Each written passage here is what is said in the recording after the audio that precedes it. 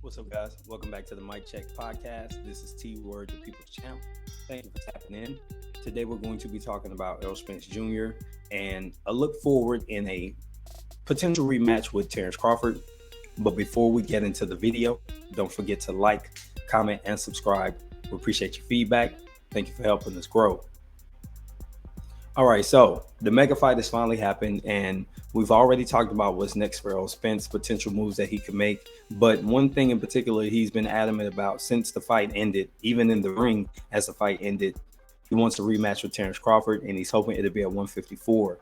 In interviews that have followed the fight, Terence Crawford has spoken on potential weight for the rematch, and he seems very open to 154 pounds. He's even expressed that he wasn't exactly happy with the weight cut to 147 himself, and he's done what he needed to do at the weight class, to be honest. He's achieved undisputed. There's no need to even try to defend that against the one guy who basically held all the other belts. So I think that we had a very definitive answer on who was the best at 147 on that night, July 29th. So for Errol Spence, if you're going to get the weight class that you feel is best for you, what can you do in the fight that's going to make it more competitive, and can you potentially win? Now, at this moment in time, I do favor Terence Crawford because now that I've seen it, I saw a lot of technical things that he did very well to give Errol Spence trouble. And it's possible that those things would not be cleaned up enough to warrant a victory unless he's significantly stronger and able to bully when he's at 154. So let's talk about that for a minute. We're going to start with weight.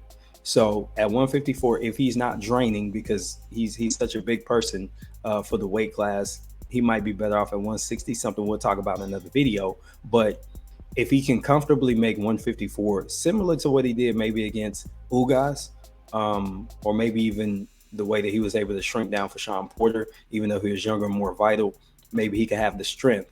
Something that's very specific to his game is him being the stronger fighter.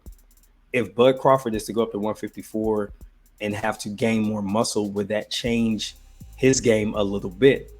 And if it does, then that opens an area of opportunity for Errol Spence to exploit, because maybe Bud isn't quite as strong, or he's not as loose and relaxed because he's had to pack on 7 pounds of muscle or 6 or 5 pounds of muscle to make the weight. I'm assuming if they go to 54, Bud's going to come in at like 152 on the way in.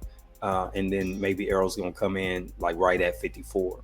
So I think that one guy's going to naturally be more comfortable at the weight class already because that's where he should have been years ago.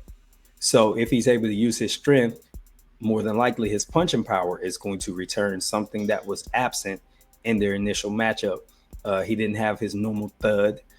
He hit Bud with a few flush shots that did not have the desired effect that he would have wanted. And it showed up in the fact that just like when Inoue was getting hit cleanly by Stephen Fulton, it wasn't affecting him in a way that made him tentative to throw his own punches. So Bud was a very offensive fighter. If you think about it, while it seemed like he was countering, he definitely was getting his shots off. So Errol's going to have to put him more in a counterpuncher role and less in an aggressive role by imposing his will and using his strength. And I think that partially that was a good strategy. What was happening is he couldn't execute other elements of the strategy from Derrick James, because I'm thinking he was a little bit punch drunk by the end of the second round. Once he got knocked down, between the embarrassment of your first knockdown, being on the biggest stage, and then he probably not being there. If the weight drain rumors are true, or whatever the case may be, he wasn't going to be 100%, and those punches were going to affect him a lot more, and it seems that they did. So if he's at a healthier weight, he's going to be more punch resistant, meaning he's going to be stronger and able to take more punishment, so to speak, so he can dish and receive and still be effective. So that's going to be one strategy that will work. Make sure that you're 100% ready to go at that weight class, because at 154 is still too small. It may not make a difference at all, right? Okay, so the next thing is, while many believe that trying to box Terence Crawford is a bad idea, it might actually work. The thing that Errol Spence should be working on as soon as he gets back to camp is punch placement and punching from angles, and it's something that he can add a sprinkle without it being the biggest part of his offensive game. So that jab has to come in a variable way. He's got to change the speed on it. He's got to change the trajectory. He's even got to start jabbing to the body more without lunging. And that means that he's going to have to narrow his stance a little bit, put the ropes on and get your feet stuck at a particular distance and just work on that for the next several months right up until fight date to start to get that tighter stance, which is going to allow him to be more unbalanced and get better punches. These are little things that can be worked on in a short amount of time. Changing the way that he processes information in the ring, those are muscle memory things that are going to take a lot longer to work out. So I don't expect those changes to occur. But little things that you can physically change, like adding that apparatus in your training camp, those will make him start to trigger these responses when he's in the ring. Now, when he starts to get pummeled on, if that happens again, all that stuff's gonna go out the window. But at least early on, you can have a more competitive fight. And I think that that's an adjustment that could be made that will provide him an opportunity to maybe set himself up for a chance to maybe eke out some type of win. If he could see the final bell, maybe,